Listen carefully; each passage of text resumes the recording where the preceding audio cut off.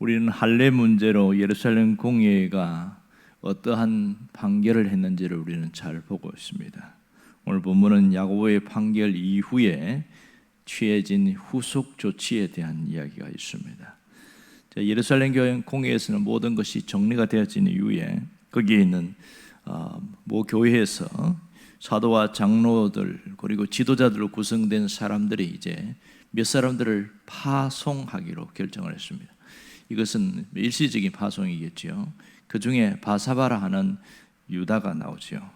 그래서 이 유다 편으로 함께 보내는 그런 내용들이 있습니다. 자, 그러면 이 바나바와 바울을 통해서 편지를 이제 판결문을 보내도 되는데 오늘 여기서 주목할 것은 왜 유다와 실라를 함께 보냈을까? 이 점이 의문점이 되고요.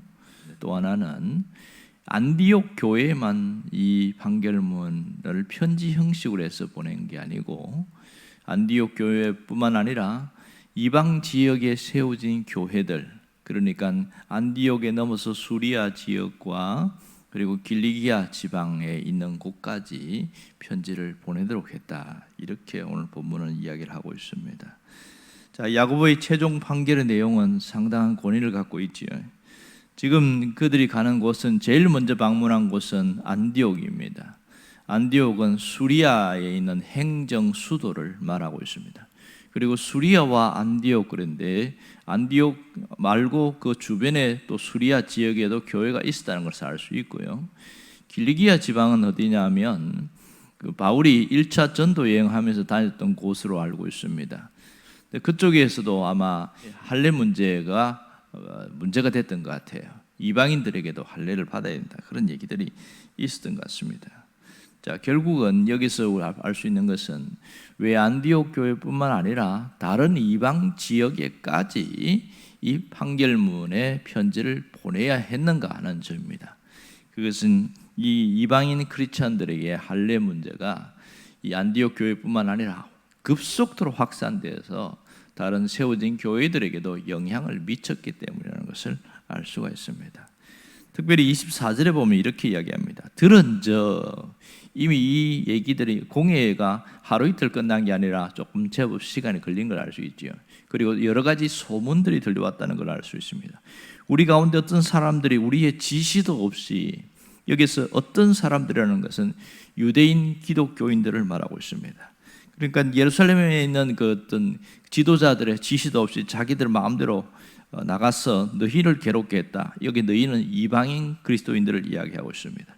괴롭게 하고 마음을 혼란하게 했다. 이렇게 말합니다. 자, 여기 보면 잘못된 교리를 퍼뜨려서 그들의 마음을 뒤흔들어 놓았다. 이런 뜻이 되겠지요. 안디옥 교회가 상당히 좀 평화롭게 성장하고 있었는데 예루살렘에서 온 어떤 그리스도인 때문에 심각하게 교회가 아주 구원 문제로 그냥 크게 갈등이 일어나는 것이죠.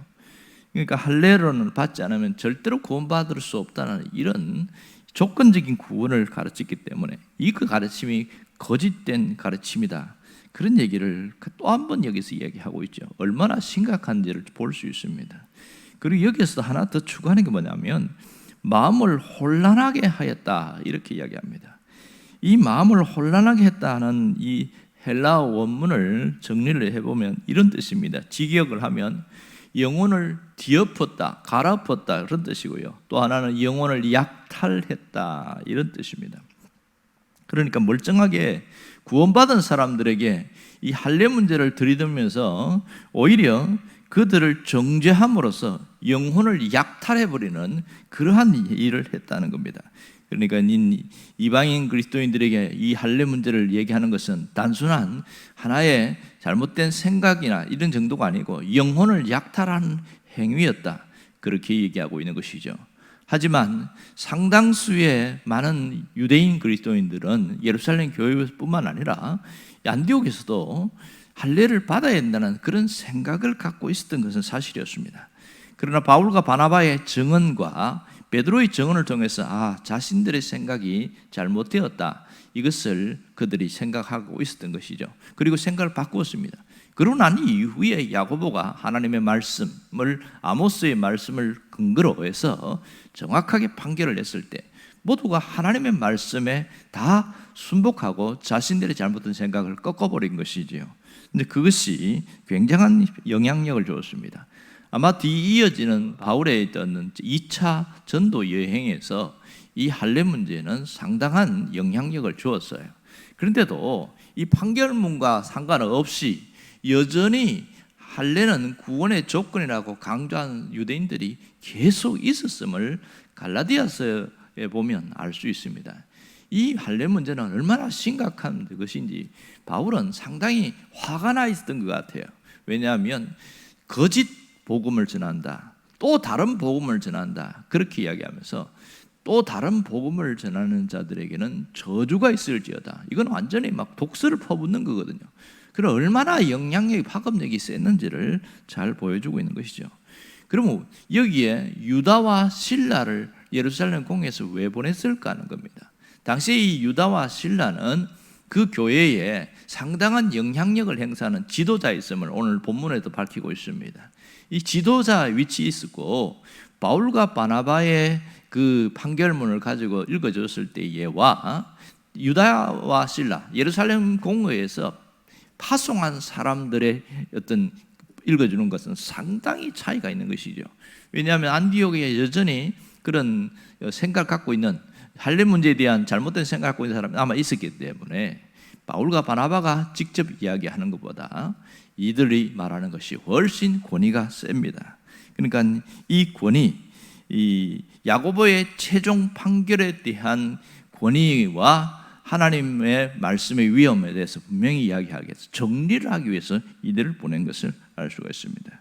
오늘 여기서 잘 보여주는 게 뭐냐면, 우리는 이런 내용을 보면서 어떠한 자로 살아가야 하는가, 또 어떤 자가 올바른 자인가, 이 부분이 굉장히 중요합니다. 특별히 구원론은 교회론과 연결되어서 건강한 그리스도인이 되는 데는 굉장한 영향을 주고 있다는 것을 알 수가 있습니다. 그러므로 참된 그리스도인은 사람을 살리는 자, 영혼을 회복시키는 자로 살아가야 한다. 이것이 중요합니다. 영혼을 회복시키려면 가장 중요한 것은 자기 영혼이 먼저 회복되어야 되죠. 내 영혼이 병들어 있다면 다른 사람을 회복시키는 건 불가능한 일입니다. 우리 영혼을 회복시키는 가장 강력한 무기가 뭡니까?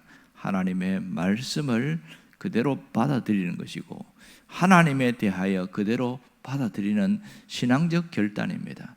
하나님의 말씀을 통해서 하나님은 이런 분이구나, 내가 잘못 생각했구나, 그것을 갈아엎어버리는 거죠. 내 마음에 내 생각을 갈아엎어버리고 말씀에서 얘기하는 대로 수용하는 것, 이것이 대단히 중요한 것입니다. 뿐만 아니라 여기서 멈추는 것이 아니고 옆에 있는 연약한 자들에게 내가 그들을도 살리는 자가 되어야 됩니다. 하지만 교회 안에는 잘못된 자들이 가끔 있습니다. 그것은 영혼을 약탈하는, 오늘 이 여기 있는 유대인 그리스도인들이 할례로 구원 문제를 흔드는 것처럼 그들은 영혼을 약탈하는 자라는 것을 말합니다. 그런 자들이 있기 때문에 교회가 굉장히 힘들다, 그런 얘기를 하고 있습니다. 그러면 우리는 바른 모습, 바른 자세로 세워나가는 게 대단히 중요합니다. 여러분, 예수님이 이 땅에 오신 목적이 뭡니까? 죄의 바이러스에 감염된 영혼들을 회복시키려는 것이죠. 그리고 모든 사람들로부터 약탈된, 마귀로부터 약탈된 그 영혼들을 온전히 회복시키는 것이 주님이 오신 목적인 것을 우리는 분명히 알고 있습니다. 그래서 이 누구도 예수 그리스도를 통해서는 모든 사람들이 회복됐다. 어떤 죄도 주님의 십자가의 보혈에 의해서 모두가 회복된다는 것을 분명히 알고 있습니다. 하나님이 원하시는 것은 우리가 이렇게 회복되었다면 세상 사람들과 다른 모습으로 살기를 원한 거죠. 여러분, 세상 사람들과 다른 방식으로 살기를 원해요. 세상 사람들은 어떤 가치관을 갖고 살고 있냐면 자기 이익을 위해서 살아가는 사람입니다. 대표적으로 자기 이익을 위해서 살아갑니다. 그래서 어떤 분들은 그것을 위해 수단과 방법도 가리지 않는 것이 모습입니다. 왜냐하면 그렇게 살 수밖에 없는 것은 그들의 사고방식에는 진화론으로 가득 차 있기 때문입니다. 진화론의 핵심은 적자 생존, 약육강식입니다. 그러니까 내가 살기 위해서 저 사람을 짓밟아야 되고 서로 경쟁해서 내가 이겨야 버텨내고 살아남을 수 있다.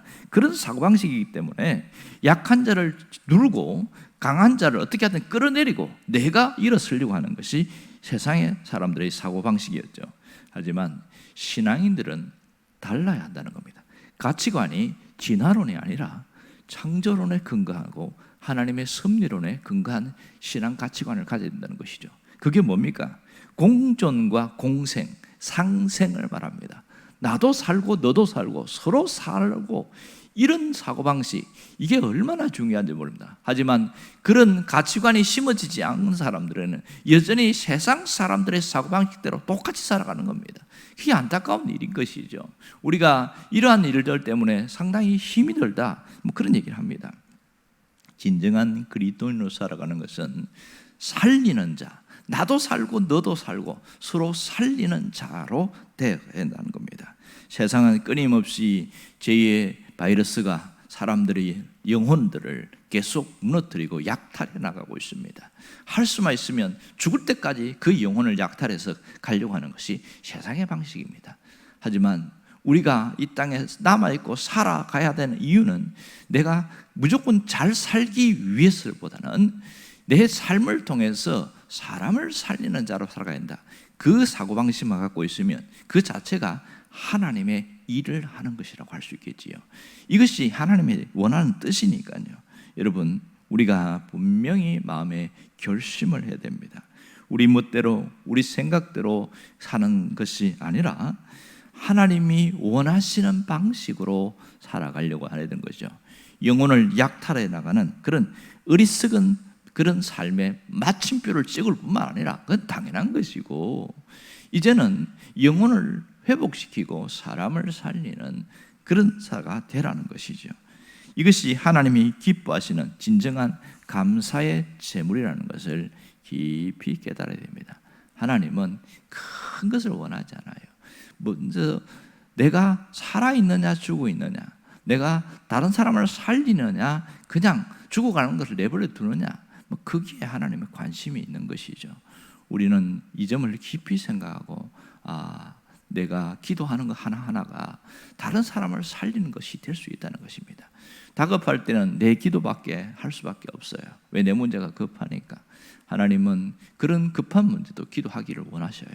하지만 여기에서 뛰어넘어서 다른 사람까지 기도한다면 그것은 살리는 것이 시작이다, 그렇게 표현할 수 있습니다. 여러분이 언제나 사람을 살리는 자로 살아갈 수 있기를 주의 이름으로 축원합니다. 기도하겠습니다. 우리